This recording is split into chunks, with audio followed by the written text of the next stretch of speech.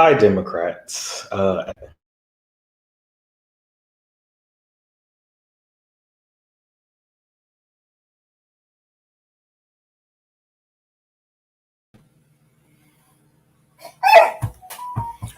Democrats.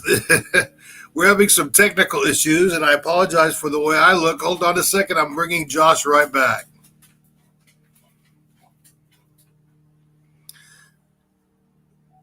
Okay, Josh, I can see you. There we go.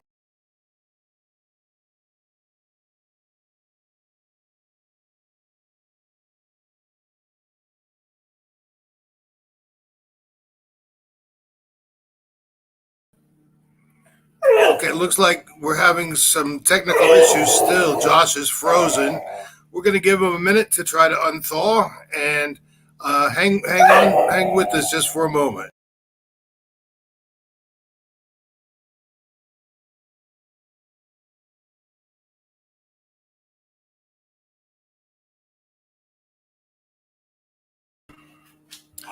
Well, it looks like we're still having trouble, and I apologize for that.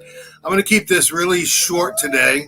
Alicia is on vacation for the first time in forever this week, and she has a special guest host lined up for you every day. Um, and I'm hopeful that Josh will be able to jump back in before we're finished with our time together today. A couple of things. Wanted to say how grateful I am for all of the volunteers, all of the committee chairs, all of the delegates, everybody who participated to make the reconvening of our convention truly a success. And there was a spirit of camaraderie, a spirit of working together, a spirit of really coming together as Democrats, and that was awfully exciting to see. And it was a proud moment for me to be a part of an organization that is truly moving forward in Oklahoma. We conducted almost all of our business on Saturday. I want to again give a big shout out to the Grand Casino in Shawnee. They were amazing to work with. I'm going to be really brief because it looks like we're not going to get Josh back today. And honestly, I was not prepared to jump on the camera, and you can hear one of my dogs in the background. Let's see if we have Josh back. Okay, Hey. Josh, it's all yours. Oh, we'll start over again. Hi, Democrats. So sorry about that. Not entirely sure what happened. I don't have the live stream up, so I can't say hey to you all like Alicia normally does. But I'm glad to stand in for her today and talk to you about some things that I feel like we should be talking about today. I know she normally does hers pitch, but today we're going to talk about three different topics. The first topic, State Question 816. If you don't know about State Question 816 yet, I have so many questions, but hopefully you do know about it, and hopefully you are signing it. The deadline on that is August 26th, and we have to get those signatures on the ballot in order for us to be successful. Not just that, I was having a conversation with the ACLU this past week, and they wanted me to tell you, don't wait on the lawsuits. Yes, there are possibilities about us having lawsuits in the future, but harm has to be done in a lot of cases for the ACLU to get involved. And we don't want to wait until it's too late. We want to get ahead of it. We want to get these signatures. We want it on the ballot so we can make a positive change for our state. The other big thing is this is our direct democracy opportunity. We have a chance to say to the state, to say to the governor, you passed the bill that we didn't like, so we're going to throw it out. I think that sends a clearer message than any other message we can send right now as we get prepared for 2022 and supporting Democratic ballots up and down the ticket. The second thing I want to talk about today, the young Democrats of Oklahoma and the young Democrats of America, because I might be partial to them for one reason or another. You need to invite young people to get involved in that. I know you might feel like it's somebody else's responsibility. I know we oftentimes talk about how it's important for young people to get involved, but we actually have to start inviting people in order for us to see more young people having seats at the table. Not just that, but we can't talk about building the bench. We have to put action behind it. Let's create an infrastructure that lets young people know, hey, not only is your energy appreciated, your voice is welcomed, and your passions are necessary for us to be successful. I've been doing Young Dems for a number of years now, and I remember being brought in. I remember a friend of mine said, hey, what political issue are you passionate about? And I was like, I don't know. He was like, me either, because I care about all of them. And for some reason, everything that I care about is always connected back to politics. That's the reality of our world, whether people want to accept it or not. So we have to be intentional on making sure that we're getting young people involved, getting them engaged, and showing them the support they need. Now, the Young Dems of Oklahoma are fundraising currently because they're going to the National Convention for Young Dems in Cincinnati, Ohio. If you're not following them on social media, we hope that you will follow them on social media, and we hope that you have the ability to make a contribution to them. That does not mean skip a contribution that you were going to make to the party.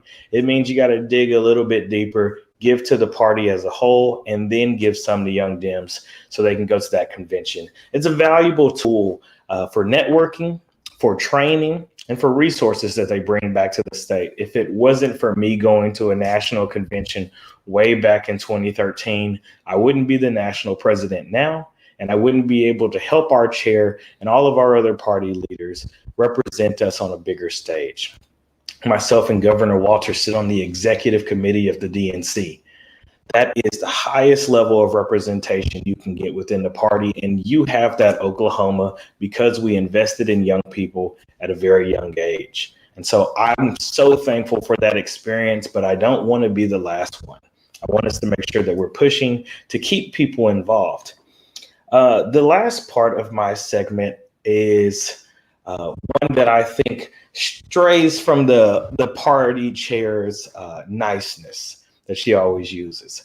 I believe that the party is center focused on making sure that the things that we need to discuss are at front of mind: elections, candidates, campaigns, how we can get more involved in programming, registering people to vote. I want to talk for just a moment about those folks on the other side of the aisle.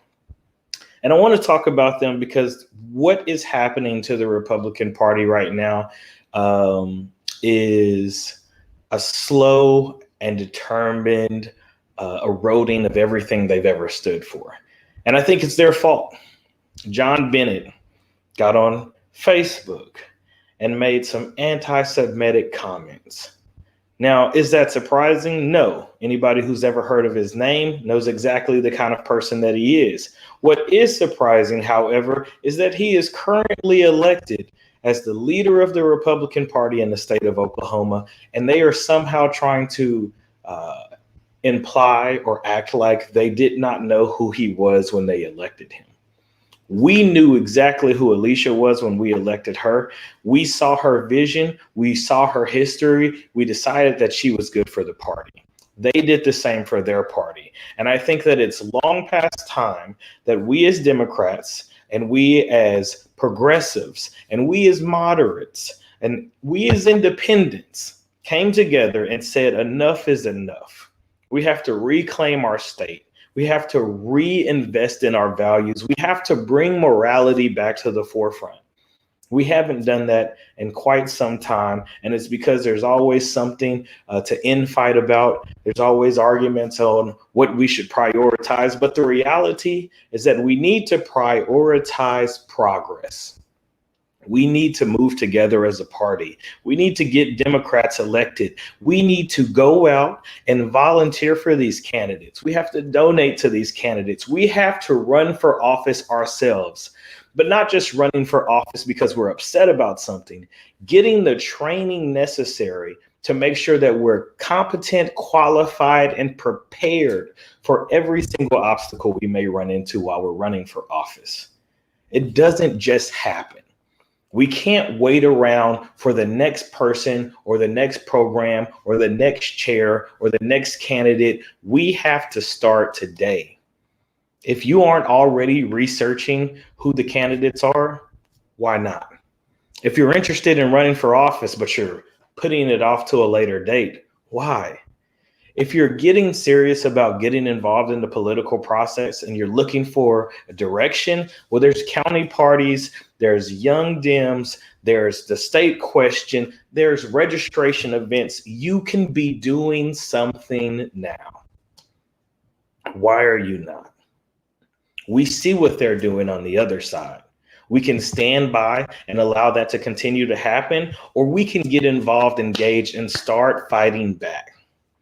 I've seen a lot of people commending different conservative legislators on condemning the remarks of John Bennett.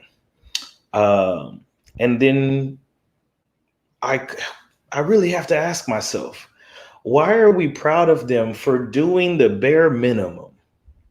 Like, of course, they're condemning his actions. They don't want to be connected to him because they say these things in private company, not on Facebook. What are we saying in private company? And how do we get those conversations out of private company and move them into the forefront? Democrats, I am begging with you, pleading with you, making it my sincerest hope that you will stop sitting at home waiting on somebody else to do something, and you will join with all of the Democrats, progressives, moderates, independents who are currently doing the work. We can't avoid the political process and the political infrastructure and think we're going to get everything accomplished. We have to be involved in it. We have to find a place in it. That seat at the table, it's necessary for us. And if you don't want to sit at that seat at the table, then invest in somebody who does, because we have to have representation there. We've seen what not having representation looks like. Just imagine what having representation would look like. Imagine the last 4 years with a governor, Drew Edmonston, instead of a Governor Stitt. Imagine the last couple months with Congresswoman Kendra Horn instead of Stephanie Bice. Imagine where we could be if we left it all on the table. I think it's far past time that we do that. The chair comes on these daily lives, giving you her time, effort, and energy. We owe it to her to show our appreciation by giving something back. I know that's what I plan to do. I pray and hope that it's what you plan to do. And I thank you for tuning in, especially those of you who tune in every day. For those who watch this at another time, thank you for also staying informed. And for those who aren't watching this video, but maybe just happen to catch it at this moment, we're waiting on you. We need your help. With you, we can get a lot done.